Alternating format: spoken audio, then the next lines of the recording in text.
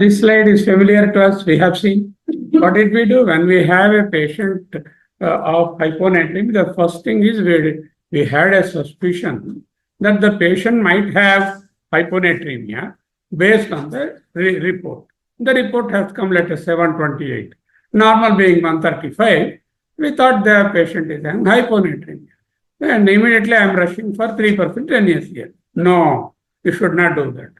First of all, you have to find out, is it a true hyponatremia or a pseudo-hyponatremia? What are the causes of pseudo-hyponatremia? We have discussed. That we separate. Then if it is hyponatremia to be confirmed, then I wanted to check the immediate next parameter is osmolality. Right now, step 1, measure serum sodium. And step 2, measure serum osmolality. How do I know that? Sodium, potassium, glucose, and BUN have to be ordered. Once those results are in, you can calculate. Or you can write serum osmolality and request for the lab. Both ways are okay. So once the osmolality is done in the lab, I'm not seeing you, sir. Maybe you come here. I want eye contact mostly. I'm uncomfortable and I'm not able to see it. Okay. So when the osmolality report has come, it will come in, it can be divided into 3. 1, there is a low osmolality, there is a normal osmolality, there is a higher osmolality. What is low, what is normal, what is the 280 to 285 is the normal osmolality. Anything more than 285 is higher osmolality. Anything less than 280 is lower osmolality. Okay. Then my patient now is classified into hyponatremia, hypoosmolar, hyponatremia, euosmolar, hyponatremia, hyperosmolar. So what are the conditions which produce a hyperosmolar hyponatremia? So then the hyperosmolar hyponatremia means mannitol and sugar, sorbitol, and also you have somebody has got a contrast dye or a contrast imaging. They would have given for biliary contrast or gastrointestinal contrast, IV contrast, not oral. When somebody has got IV contrast, it could be hyperosmolar state. When there is high blood sugar, it could be hyperosmolar. When there is high triglyceridemia, it could be high glucose and then mannitol. These two can produce hyperosmolar hyponatremia. Hyponatremia is due to the hyperosmolarity. It doesn't require giving this one at all. So that is what we are going to look at. The other one is the euosmolar and of course the hypo. That is the most important part. Somebody has got low sodium and low osmolarity. It is a true hyponatremia.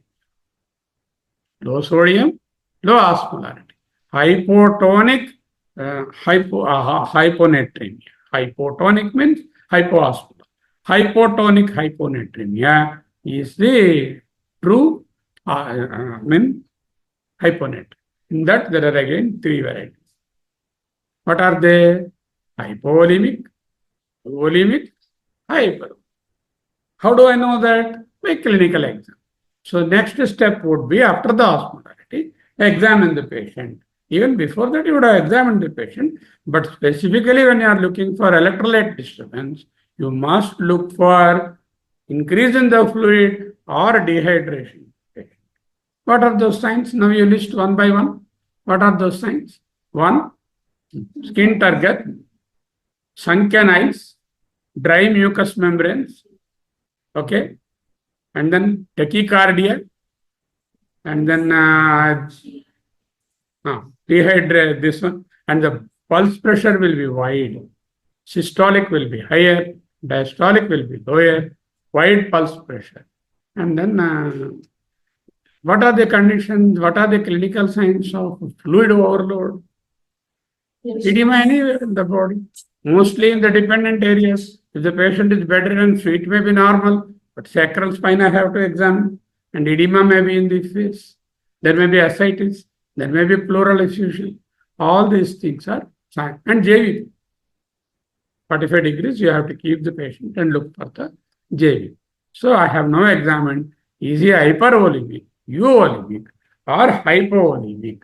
I have found. Now let us go and look at this other slide.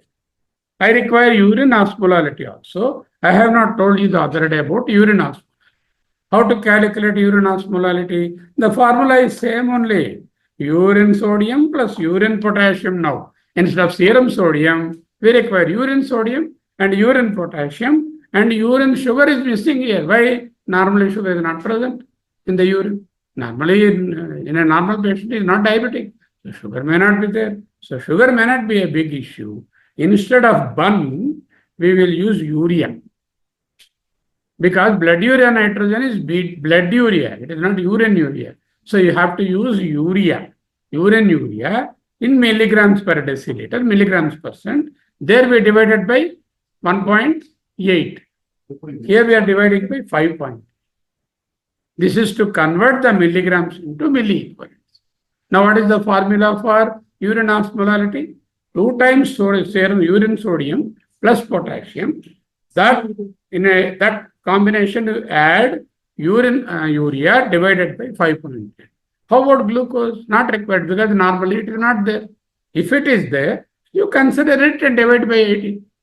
Suppose somebody is diabetic, his urine sugar is so many milligrams they have given urine sugar, then divide that by 18 to bring it to milli.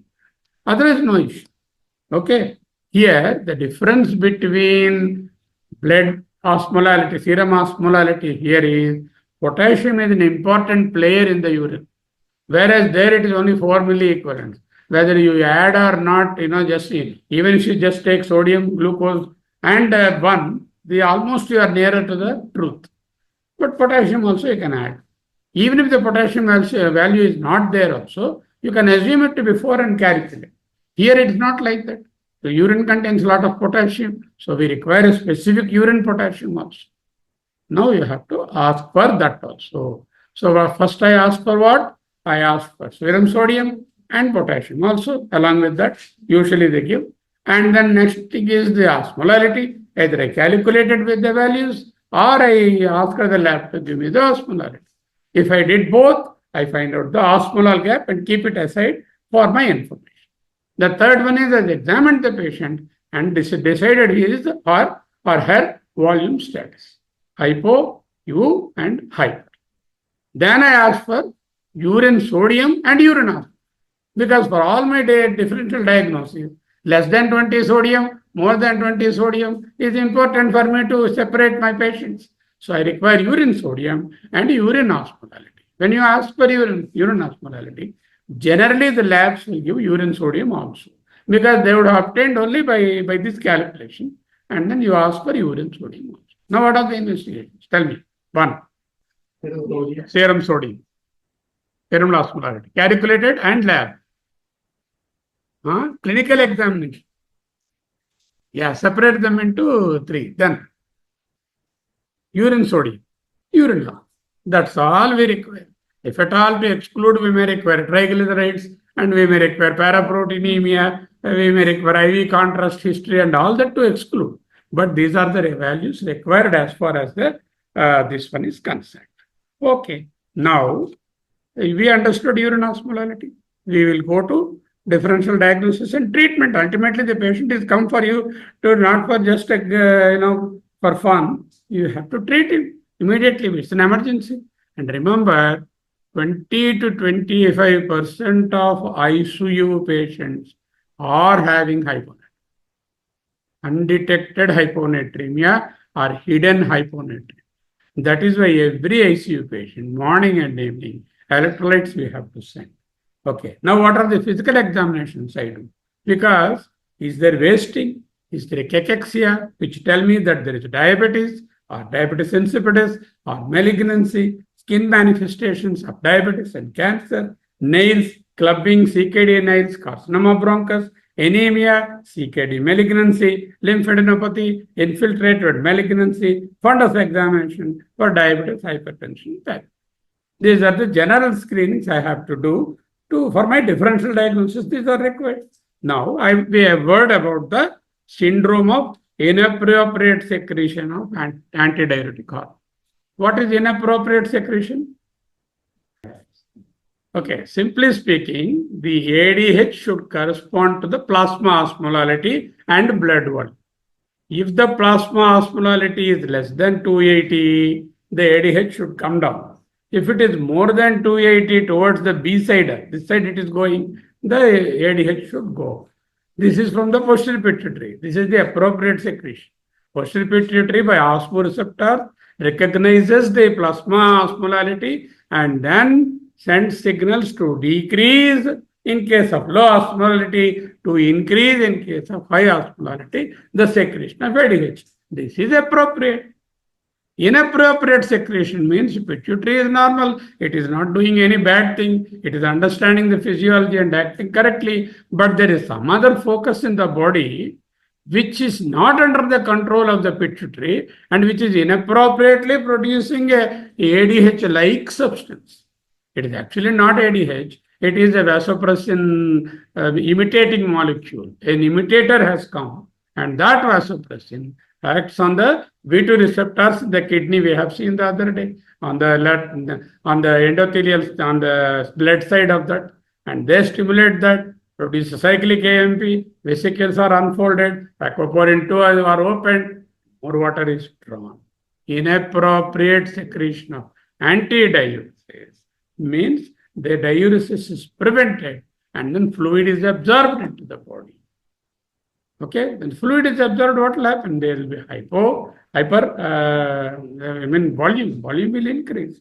So now SIAD is the accurate term, inappropriate antidiuresis, otherwise called inappropriate and antidiuretic antidiuresis, like SIAD.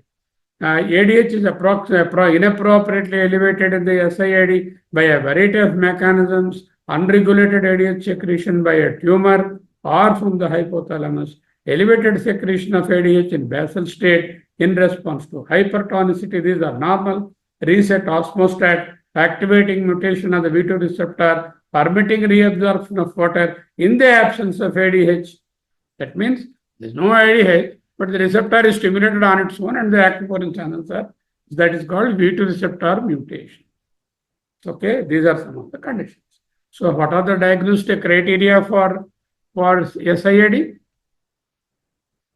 Hyponatremia should be there because one of the conditions is hyponatremia. Serum sodium less than 135. Osmolality is less than 280. Urine osmolality is more than 100. Means what? Urine is concentrated. More than 100 urine osmolality. Urine is concentrated. Why? ADH, inappropriate ADH is there. ADH is pulling the water from the urinary tube into the blood. So that is why there is urine osmolality is increased. Okay. Urine sodium concentration is also more because whenever the urine, water is absorbed relatively and sodium is not absorbed along with that, and sodium is excreted. So urine sodium is increased. Now, how do I diagnose a patient? A patient of CR, he will have evidence of hyponatremia, 135 or less, osmolality is less than 280, urine osmolality is more, urine sodium also is. Clinically, when I examine him, this fellow is euvolemic. Okay, hypoosmotic euvolemic patient. This is one of the differential diagnoses for hypoosmotic. Has got three components: the low volume, U volume, high volume. Normal, this fellow comes under the euvolemic in the absence of clinical or biochemical features of thyroid or adrenal disease. Means what? All three can produce the same picture. Okay, euvolemic hyponatremia, euvolemic hypoosmotic hyponatremia can be due to three important causes. One is SIAD, the other is adrenal deficiency, the third one is hyper or hypothyroid. Now, differential diagnosis become very easy. A fellow has come with hyponatremia, hypoosmolar plasma, and then he has got euvolemia, and his urine sodium is more, and urine osmolality is more. I am left with three conditions. One CR, two adrenal insufficiency, three thyroid higher up. Both of them can cause. It's very easy. Now order a TSH or T thyroid panel, finish. Cortisol you do, your adrenal is gone, and whatever left is only CR. Usually the ectopic tumor is in the lung, or it can be anywhere also. In the absence of an ectopic tumor, V2 receptor mutation itself can produce a picture like CR. Okay. This is a short notes for all of you. So, CR, in fact, we have evaluated one of my own niece here in this hospital, and we found out she presented with hyponatremia, and then ultimately the diagnosis was CR. Dr. Anisha, the endocrinologist, and myself together, we evaluated that way. Okay. So endocrine deficiencies like, the hypothyroidism, adrenal insufficiency, they are what these will do, they impair or reduce the cardiac output that stimulates increased ADH. The mechanism how they work, hypothyroid or adrenal insufficiency, is the cardiac output is reduced. Impaired cardiac output, impaired blood circulation, reflex stimulation of ADH.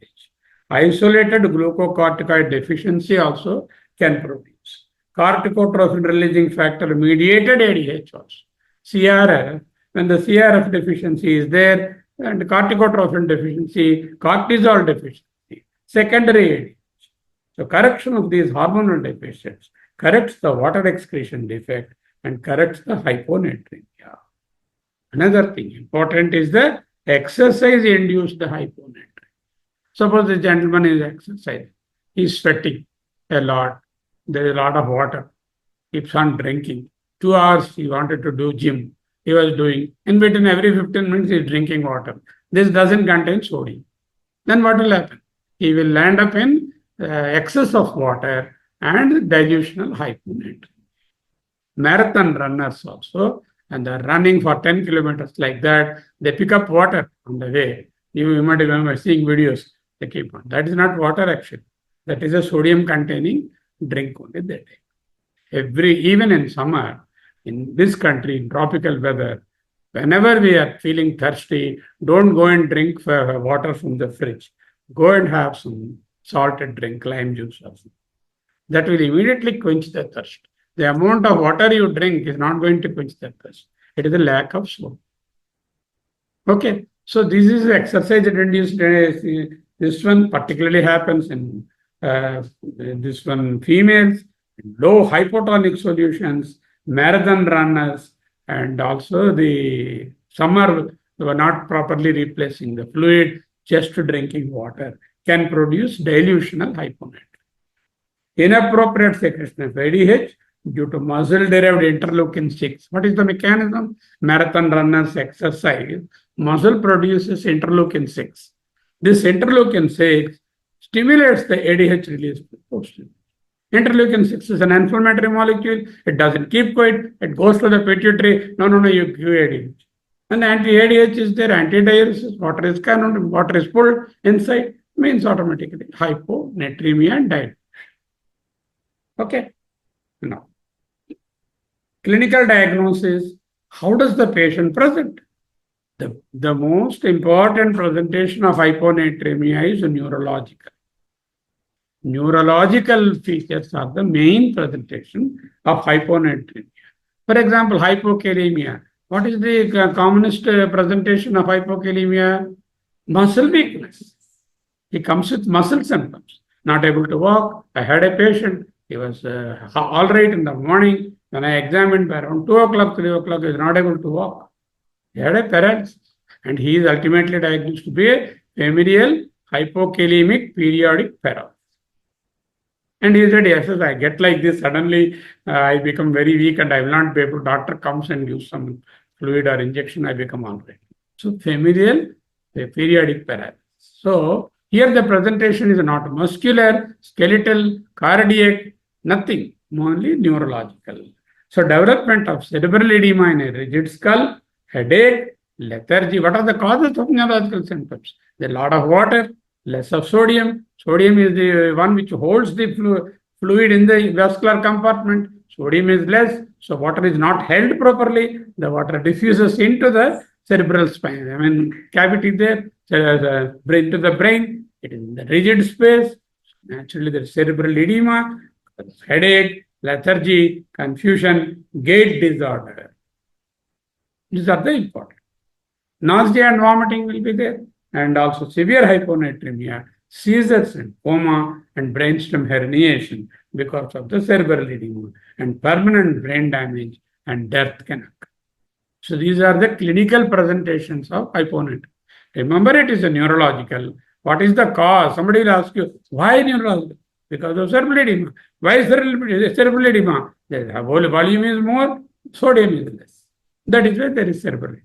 And that produces headache, lethargy, confusion, gait disorder, nausea, vomiting. And then severe hyponatremia, seizures, coma, brainstem herniation, and death. What are the classifications? Less than 135, mild, less than 130, moderate, less than 120, severe.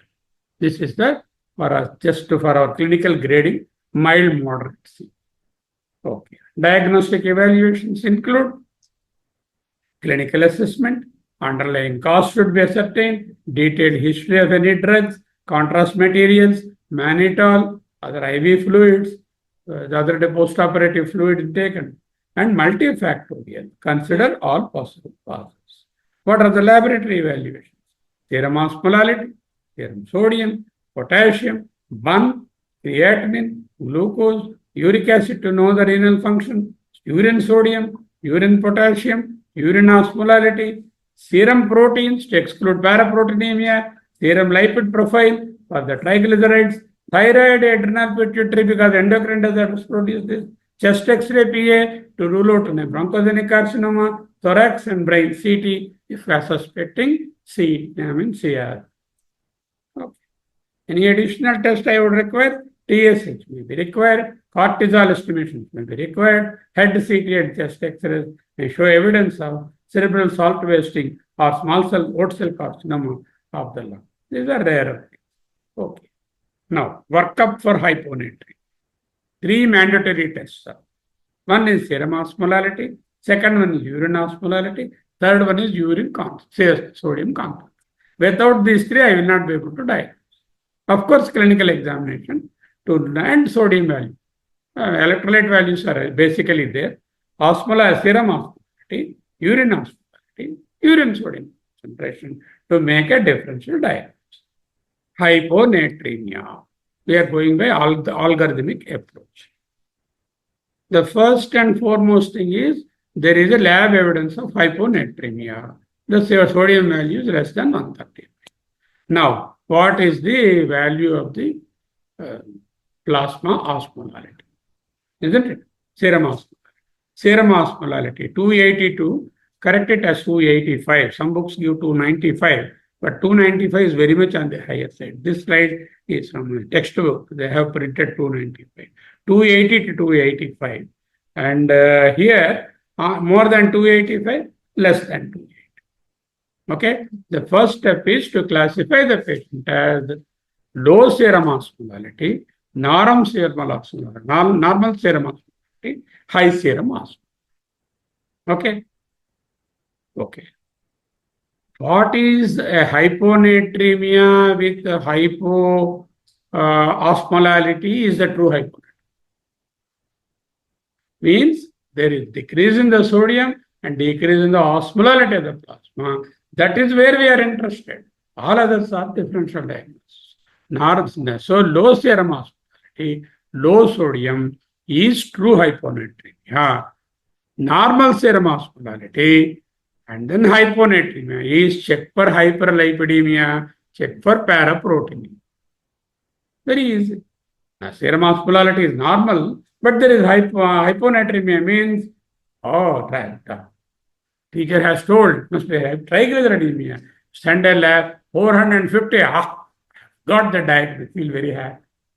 Because whatever you have read here, you put or paraproteinemia, either in the urine or in the blood. Benz-Jones proteins or do a serum electrophoresis and find out myeloma. Okay. And then high serum osmolality and hyponatremia. They don't go together. Hyponatremia must have low osmolality, but this fellow has got high osmolality. What is the reason? Increase in the osmotic substances in the blood, like hyperglycemia, 400, 500 blood sugar. Or here mannitol is infused, or IV contrasts are given, or sorbitol is given. 4 conditions are there. Mannitol, sorbitol, IV contrast, and then hypertension. The textbook in this table, they have not put those 2 conditions. I have told you those things. We are interested in the true hyponatremia because we wanted to diagnose that fellow and treat the true hyponatremia. Yeah? My basic assumption is he has got hyponatremia, he has got osmotic plasma.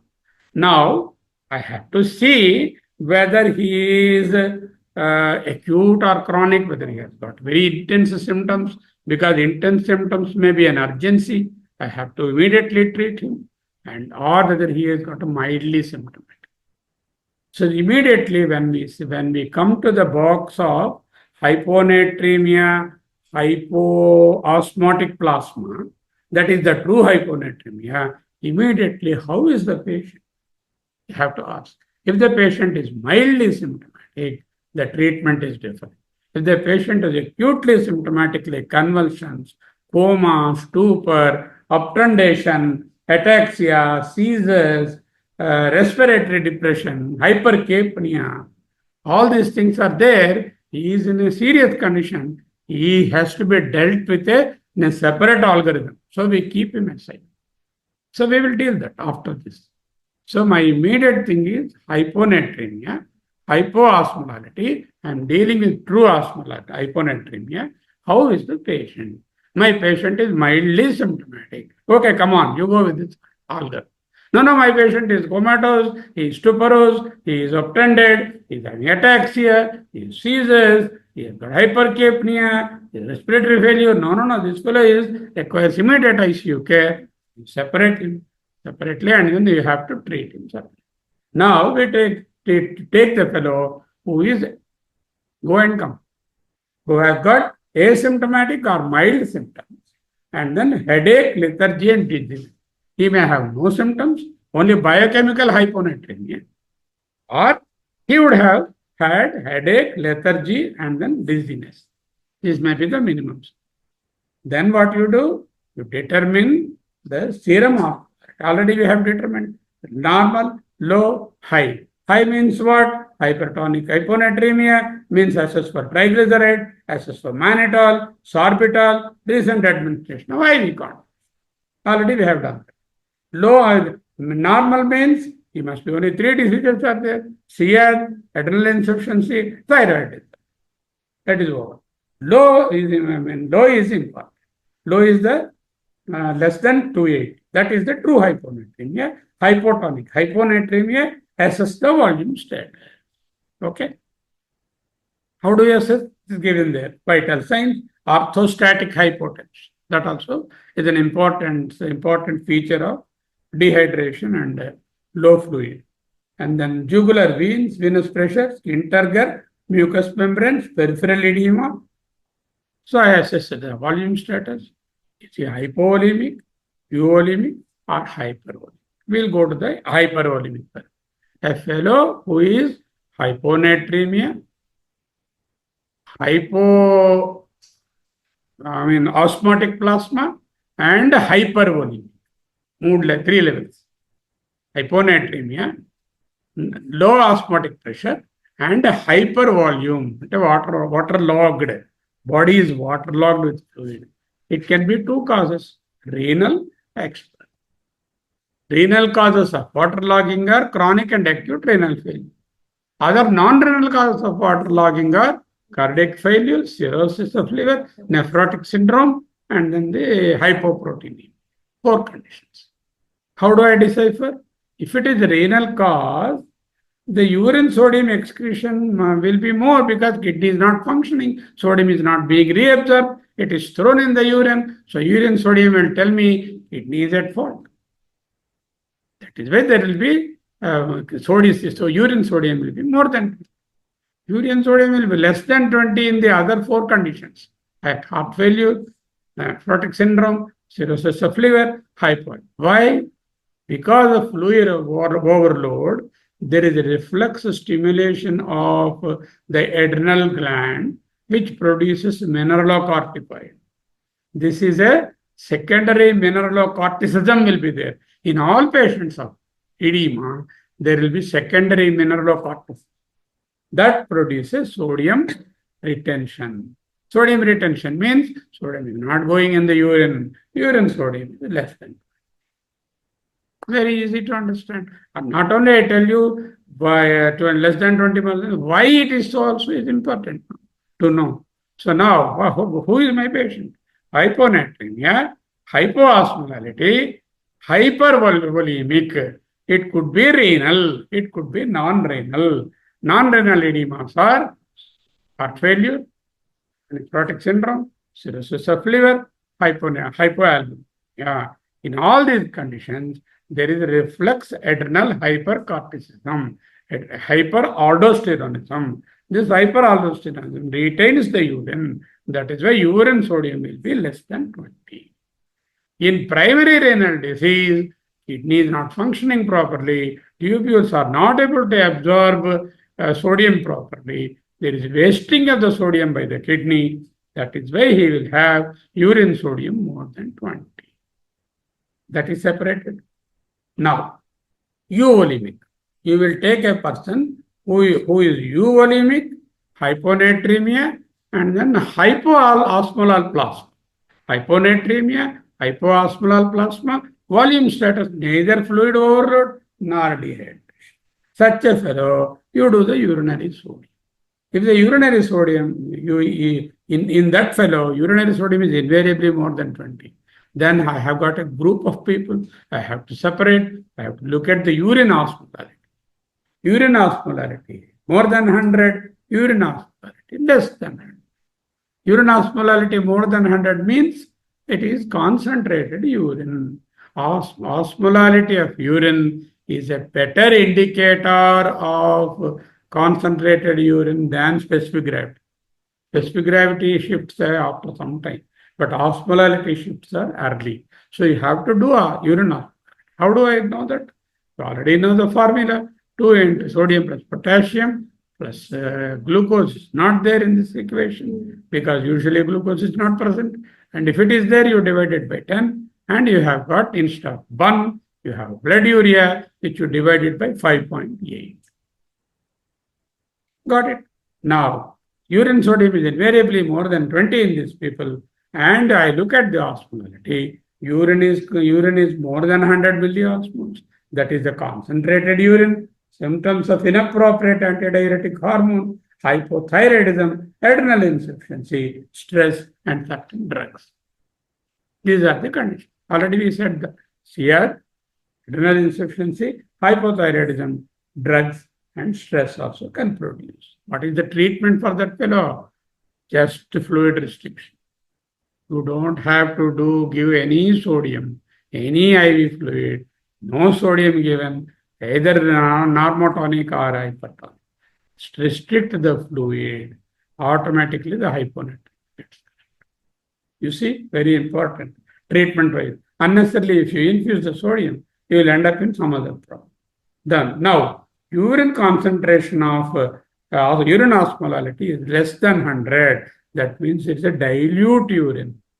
It is nothing related to ADH or adrenal cortex or hypothyroid or drugs. Urine is dilute. That means PPD, primary polydipsia. Primary polydipsia is a psychiatric disorder. There they have compulsive polydipsia. They keep on drinking. In this 15 minutes of time, they would have taken around 2 liters, 1 liter. Per day, they will take 10 liters, 15 liters. All that has to come through the kidney. So there will be dilutional hyponatremia, and then the urine osmolality is very low because of excess fluid intake. Urine is also very dilute. Primary polydipsia, PPD, also called CWD, compulsive water drink. Both are same. Primary polydipsia, solute intake is less, as in case of marathon runners, or in case of people who exercise, or in summer, people are sweating, the laborers are working, they lose sodium, they only replace water, they don't replace the sodium. Outdoor workers in hot environments like ours, marathon runners, exercise, and beer proteinemia. What is beer proteinemia? People keep on drinking more amount of liquid beer, and this contains no sodium, more water, just like taking dilute fluid. And all these are with a urinary concentration, osmolality of less than 100. Then osmolality, when I measure in the morning, it is more, in the afternoon it is low, it is variable. Variable means the osmostat in the hypothalamus is reset due to various reasons. The commonest reason is cerebrovascularitis. Reset osmostat is due to cerebrovascularitis. For all these group 2 fellows, that is euvolemic hyponatremia, hypoosmolality, euvolemia. The treatment is fluid restriction. Whereas the other one, hypervolemic people, no infusion of fluid, already is hypervolemic. You should not put one drop inside.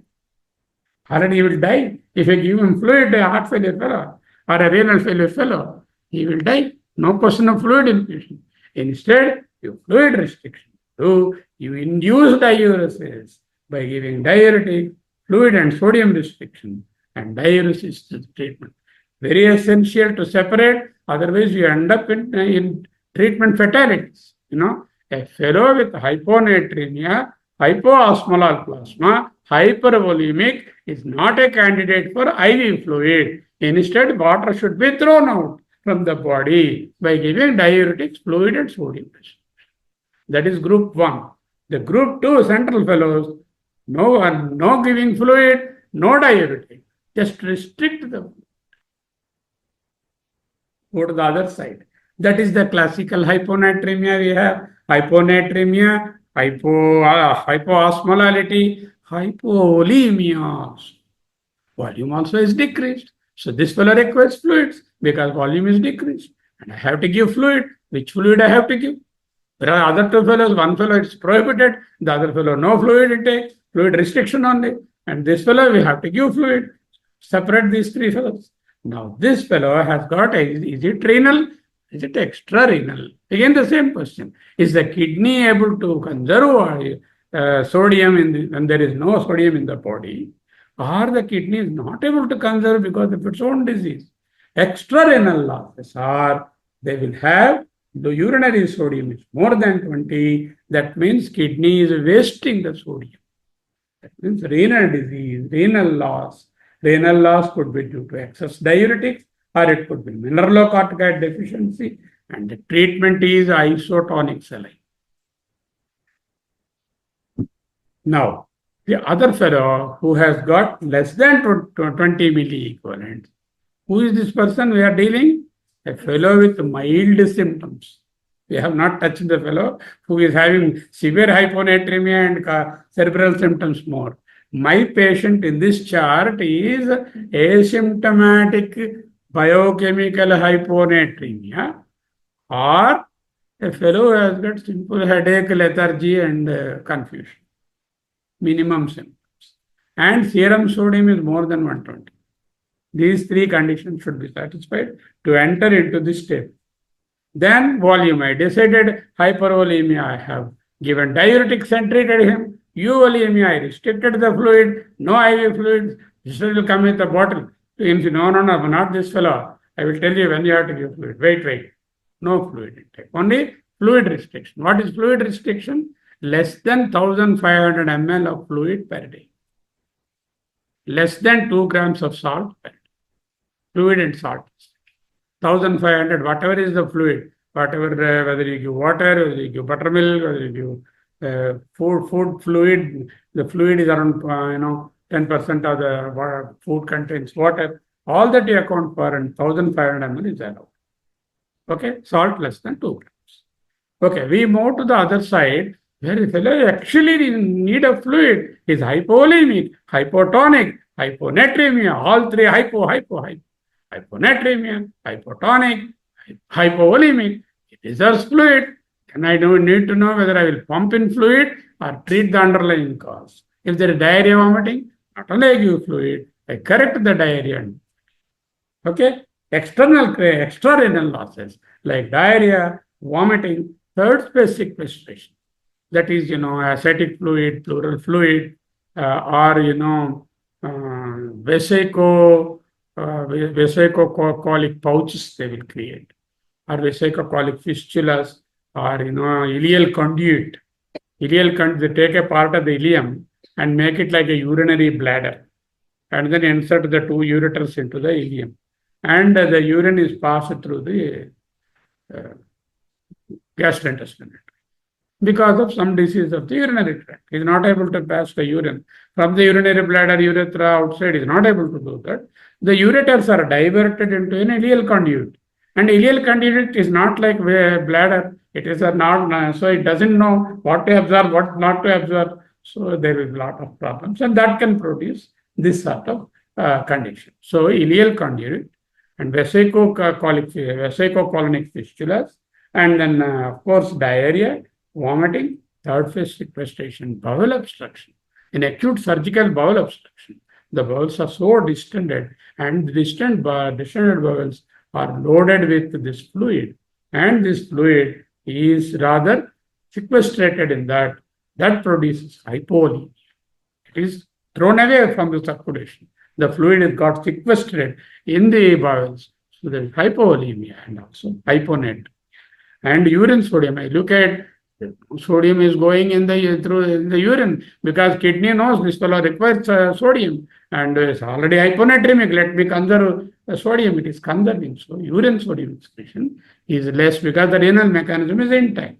Whereas the other fellow, his renal mechanism itself is at fault, and then his kidney is not able to conserve the urine. So urine sodium is more than 20. What are the conditions? Acute diuresis, inappropriate use, mineralocorticoid deficiency, acute or chronic renal failure. Then in that case, what you do? Isotonic saline. So first group of patients on the left side, isotonic saline, treat the underlying disorder. Second group of patients, restrict the water, investigate and treat the underlying disorder. Third group of patients, don't give him one drop of fluid, treat the underlying disorder. So nice. Now, this is all a fellow who is mild. What will happen if the fellow is having severe hyponatremia? What is severe hyponatremia? Yeah, less than 125 milliequivalents per liter. Less than 125 milliequivalent, he has seizures, he has mental confusion, he has stupor, he is comatose, he is obtunded, he is ataxic gait, all serious symptoms. This is because of severe cerebral edema.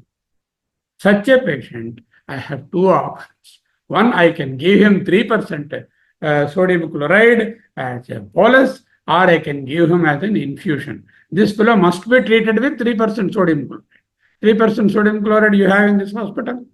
Yeah, it is available in 100 ml or 500 ml bottles. 100 ml, small bottles. Okay. Some institutions is available in 1 liter and half liter also.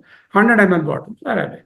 Now I use the two ways I can do. I can give a bolus injection of 3% sodium chloride, or I can put a drip. Preferable is to give a bolus, because immediately the sodium enters the body. If the patient is very symptomatic, better to give a bolus injection of 3% sodium chloride. How much I have to give? 100 to 150 ml. You take in a 25 ml or 50 ml syringe, you load it, and then slowly you give through a larger vein. Why larger vein? Smaller vein, he will cry, because you are giving hypertonic solution, and the vein cannot tolerate hypertonic fluid. You use a larger vein, not a very small vein here. Use a bigger vein, and then with a wide bore needle, 20 needle, give 150 ml, load in the syringe, slowly over 5 minutes, you inject 50 ml, then again take another 50 ml, another 50 ml, 2 to 3 50 ml syringes are 100 to 150 ml. I infuse. This is called bolus injection. Okay.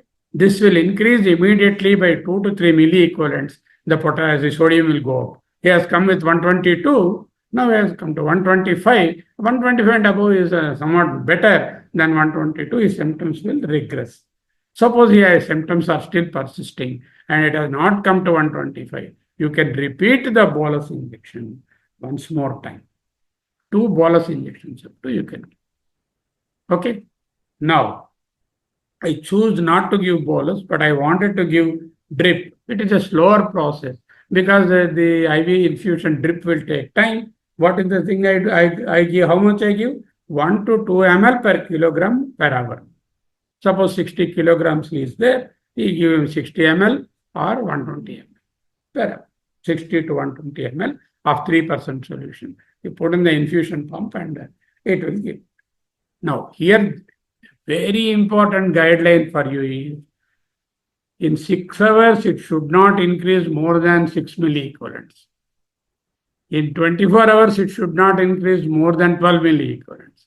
In 48 hours, it should not increase 18 milliequivalents. 6, 12, 18 is the increment that is expected. More than that, you should not do because of central pontine myelinolysis. In 6 hours, you should not increase more than 6 milliequivalents. If he has come with 120, it should not go beyond 126. In 12 hours, it should not go beyond, not 12 hours. In 24 hours, it should not go beyond 12 milliequivalents.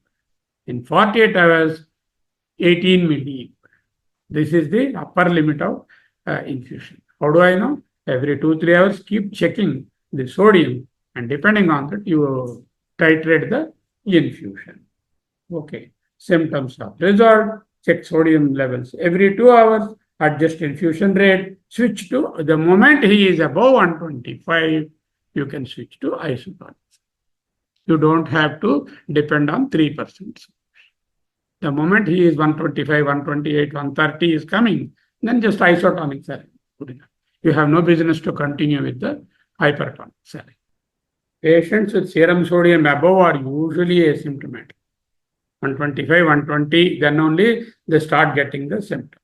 Symptoms, another important thing is, symptoms tend to occur if the hyponatremia comes suddenly. If the hyponatremia is over a period of, let's say, 1 week, he gets to 120, from 135, 1 week it took, he will not have symptoms because body would have adjusted for the low sodium. If somebody gets hyponatremia, suddenly from 135 normal to even 125 in a matter of 1 or 2 hours, due to severe dehydration, vomiting, 20 vomitings, 15 stools, then immediately he gets all this. So the rapidity of hyponatremia is more important than the level of the sodium. Okay, now let's go to the presentation data. Now, severe symptoms, as stated earlier, symptoms dictate the treatment. That's what we have said. If they are mildly symptomatic, the chart is different. More symptomatic, the chart is different. If severe symptoms are present, starting a bolus of 100 ml of 3% and the hypertonic saline generally raises the serum sodium by 2 to 3 milliequivalents. Guidelines are 6 hours, you have to raise 6 milliequivalents, 24 hours, 12 milliequivalents, 48 hours, 18 milli, 6, 12, 18, 6, 24, 48 on the hour side. You keep that in the mind. Very mild symptoms are there, and particularly we say fluid restriction, we said, in one category. In the middle category, you just give fluid restriction.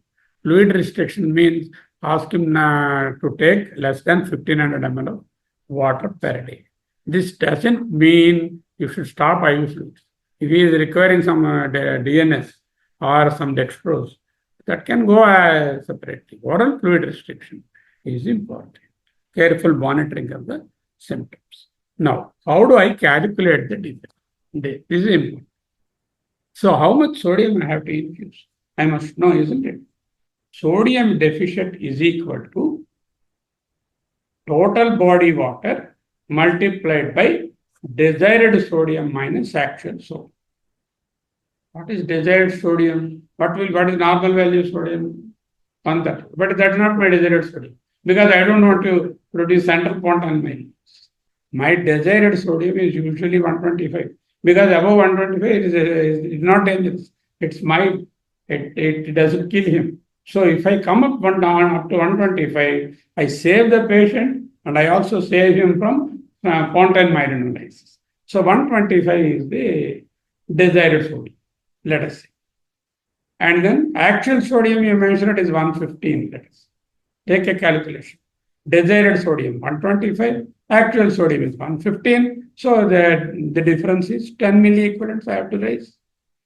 Okay, this 10 is, but the body is not full of water, only half of it is water. So take half the body weight, total body water is equal to half the body weight. Patient weight multiplied by 0.5 will be total body water. The deficiency is 125 minutes, 150, which is 10 milliequivalents in this case. Okay. Now let's take an example. It's given here in the slide. A 60 kilogram woman is there. She came with, she is qualifying for 3% NAC. Means what? She is hypotonic, hyponatremic, hypovolemic, and severe. Isn't it? What is the qualification for 3%? Must have hyponatremia, must have hypotonicity, must have hypovolemia, must be severely symptomatic, or biochemically less than 1. Patient may not express symptoms. He is a cerebrovascular accident patient. He is already comatose. We can't wait for his coma to increase. The 125 itself is telling that he is a patient for 3%. Or is a child, he is not able to complain anything. And in that case, you have to go by the serum. Either serum sodium or severe symptoms. These are the qualifications. If that this woman is like that, because her serum sodium is 116, that itself is a qualification for 3% solution. How much I wanted to bring up? I wanted to bring up by 8 milliequivalents at least to start with. Then I will think about 12 milliequivalents, 15 milliequivalents. So I have pegged it 124 is the actual one, required one, expected one. 116 is the patient's one. So 8 milliequivalents I have targeted in the first 24 hours. I can go up to 12, I know, but I don't want to be very in rush, but I just pegged it at 8 milliequivalents, a safe cutoff to start with for a patient with 116, keeping the central spontaneous myelolysis in this. Now, my calculation is 0.5 multiplied by her body weight, which is 60, that means 30. 30 multiplied by 124 minus 116 is equal to 8. 30 into 8 is equal to 240 milliequivalents of sodium should go. In the next 24 hours, this woman must get 240 milliequivalents of sodium into her body. This is my assumption. Now, I know my solution of 500 milliequivalents is the hypertonic solution contains 500 milliequivalents per liter. Per liter, 1000 ml contain 500 milliequivalents. You have 100 ml bottle. How much it contains? 1000 ml contains 500. 100 ml bottle contains 50. So one bottle is 50. I have to give 250, 240 or 250. That means 5 such bottles are required over the 24 hours, not immediately. Okay. This is how I have to plan. I have to plan to give these 5 bottles over the 24 hours. What I will do? First 6 hours, 2 bottles. Next 18 hours, 3 bottles. So that slowly I will. Once it has touched 124 or 125, I will shift to isotonic saline. How much isotonic saline contains? 1 liter contains 154. We don't have 1 liter bottles. We have only half liter bottles to 540 ml. So that is roughly 75 milliequivalents per 1 bottle of NaCl. That is 0.9%. So if I am infusing isotonic saline, 500 ml contains 75 milliequivalents. Whereas when I'm using a stronger concentration, every 100 ml is containing 50 milliequivalents. Like that you calculate and then find out the amount of fluid. Okay. Once it touches 124, then I will not be in a rush to give any more this 3%.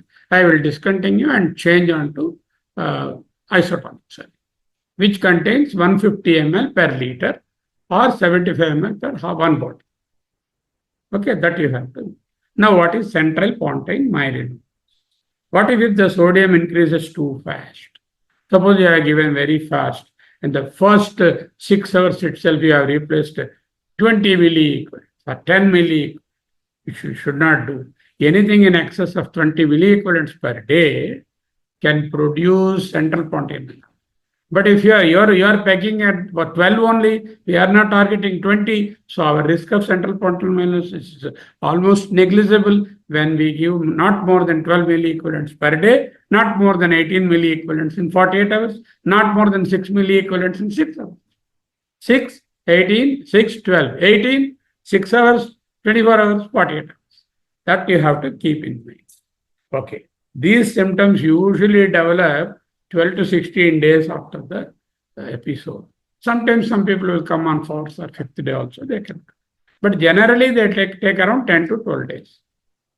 So the patient will not know that you have infused some fluid and paralysis has come because of that. They don't know. That is a great advantage for you. But you can tell them, I gave you 2 weeks back that small bottle, 5 bottles I've given you in 3 hours.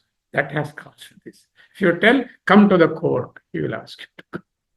Okay, keep in mind, this is the central pontine myelin. What is central pontine myelinolysis? Myelinolysis. That is, myelin is lysed. What is myelin? Myelin is the sheath of the neuron. The myelin sheath is lysed because this hypertonic fluid you have infused, the tonicity of the plasma has gone up. When the sodium is such a tonic substance, it attracts fluid wherever it is. It tries to pull fluid. It pulls the fluid from the brain, more so from the pons, because this is more sensitive for this fluid change, osmotic changes. So the fluid from the myelin sheath of the neurons migrates from the neuronal axons into the vascular compartment. The myelin sheaths are dry. They are very, very weak because there is no fluid. There is myelinolysis. It takes time. That's why the 10 days time for all these things to happen. And symptoms generally start after 10 days or so. What are the symptoms like? It must be brainstem symptoms because it is, pons that is involved, which is more sensitive for this change. And pons contains the nuclei which are responsible for my deglutition and the speech. My speech and deglutition are the two important cranial nerve nuclei which are there in the pons. And those nuclei are affected. And also the tracts related to the, this corticopyramidal, corticobulbar, all these connections are through the pons only. So I have dysarthria, I have dysphagia, paraparesis, quadriparesis, lethargy, coma, seizures, and death. These are the features of central pontine myelinolysis. Okay. Now, if the rate of correction over 24 hours is around 20 or more milliequivalents, I am at risk of central pontine myelinolysis. Then how do I monitor that? I keep in first 6 hours not more than 6 milliequivalents, 24 hours 12 milliequivalents, 48 hours 18 milliequivalents, in steps of 6 hours, 24 hours, 48 hours.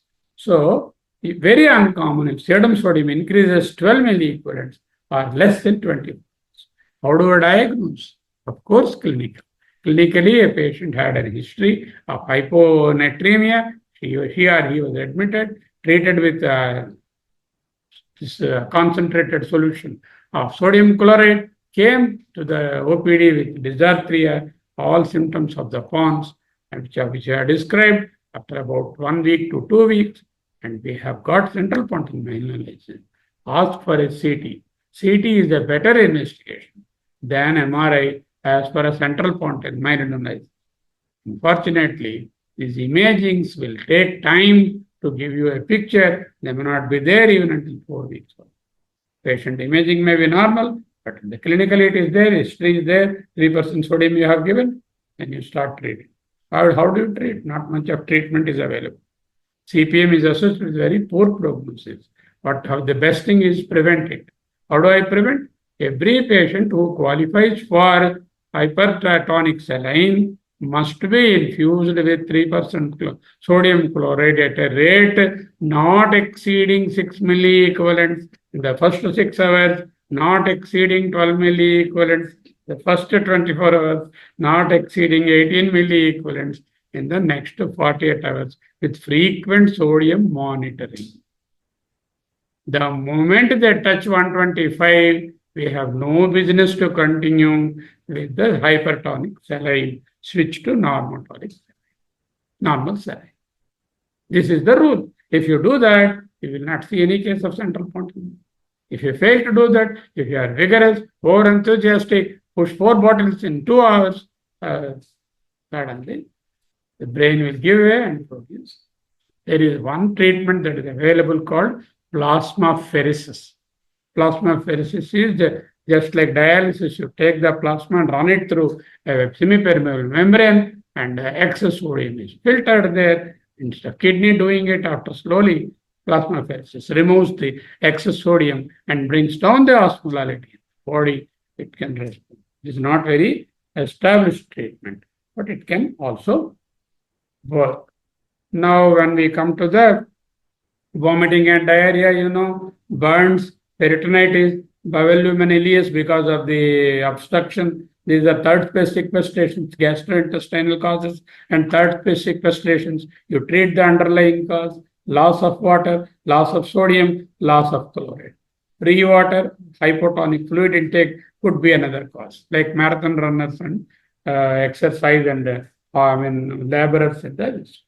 Vasopressin due to volume depletion, volume contraction, hypovolemic hyponatremia will occur, in which case both have water and sodium have gone. Salt losing nephropathies are conditions of the kidney where sodium intake is low due to impaired renal tubular function. Reflux nephropathy occurs, interstitial nephropathies, excessive diuretics, thiazide and loop diuretics, blunting of the countercurrent mechanisms. These are the causes. Osmotic diuresis, whenever you have osmotic substances in the body, then ketoacidosis. Ketone bodies are osmotic substances and also high sodium in that. Salt wasting disease is a cerebral salt wasting. It is not a very common condition. Nonetheless, it produces hypovolemic hyponatremia. This is what we have seen. Conditions with salts. Euvolemic hyponatremia, we know 2 conditions are there: hypothyroidism, adrenal insufficiency, apart from CR.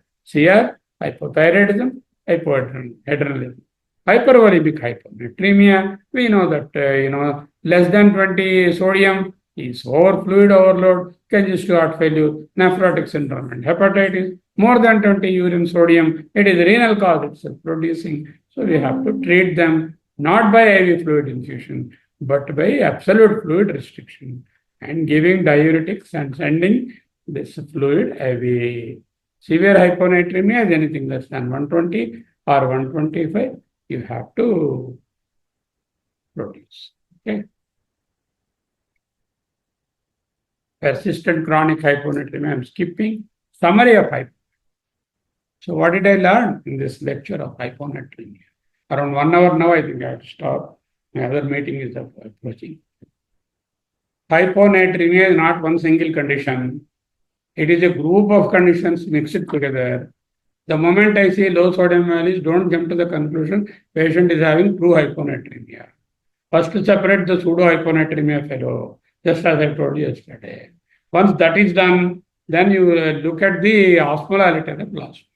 The osmolality of the plasma, is it hypoosmolar or euosmolar or hyperosmolar? If it is hyperosmolar, I have three or four conditions: sugar, mannitol, sorbitol, IV contrast.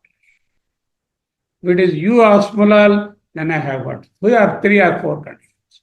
Here, there are only two conditions: triglyceride and then parabolic. Triglyceride, parabolic.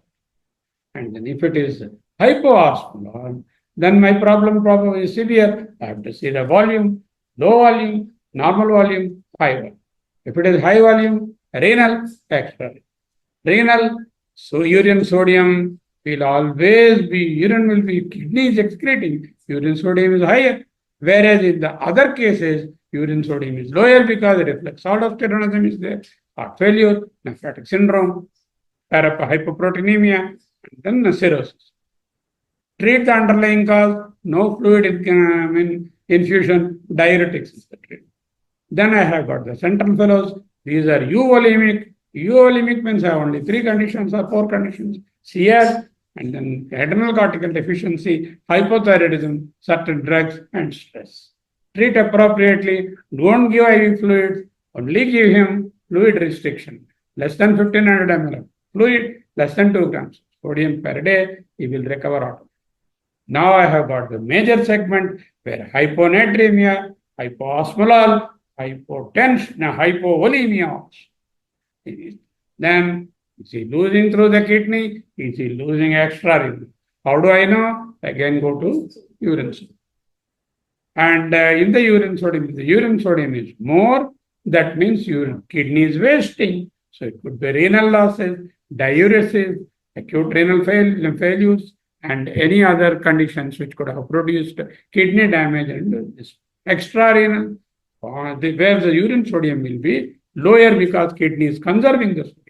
When it is low, urine sodium is less than 20, we are dealing with diarrhea, vomiting, third space sequestration, ileal conduit, and burns, and many others. Okay, you leave it. This is all about mild disease. Somebody has got severe disease with symptoms with less than 125. He is a candidate for 3%. I have 2 options. Give 100 ml bolus of 100 to 150 ml. Each bottle is 100 ml. You can 100 to 150 ml. You can take and then give in 50 ml syringes, fast on a bigger needle, bigger vein, wide bore needle. You give it. That is better. If not able to do, give bolus, and you can infuse. The infusion rates are 6, 12, 24 for 6 hours, 24 for 6 milliequivalents, 12 milliequivalents, and 20, and then 18 milli with that level, so that my CPM is avoided. Central point, mild analysis is avoided. And always remember, underlying cause should be known, that should be addressed, so that otherwise hyponatremia recurs. If you don't treat the underlying cause, you give fluid all right today, send him home, he comes with lethargy, drowsiness, headache, again, because the situation will be recurrent. You treat the underlying cause. How to calculate? You take the patient's body weight, take half of that, and then multiply that with the deficiency that is there. If 116 is the weight value, you want to bring it to 124, 8 you have to. And your fluid is, your hypertonic fluid, every 100 ml contains 50 milliequivalents. Normotonic fluid, each bottle contains 500 ml bottle, 75 milli. Keep that in mind and then infuse. Okay, this is the summary of the story of hyponatremia, evaluation and treatment. Now, what did I write in the summary slide? Hyponatremia, it was told, and treatment is based on symptoms. Severe symptoms, hypertonic. Mild symptoms, fluid restriction. Overcorrection, more than 12 milliequivalents into this. Serum osmolarity. Yeah, there is one more thing I forgot to tell you. If somebody is euvolemic, then you require to know whether the urine osmolarity is more than 100 or less than 100. Depending on that, again, the diagnosis is separated, treatment is there. Fluid restriction. Okay, so that's all. That's all. Come to the last slide. Thank you.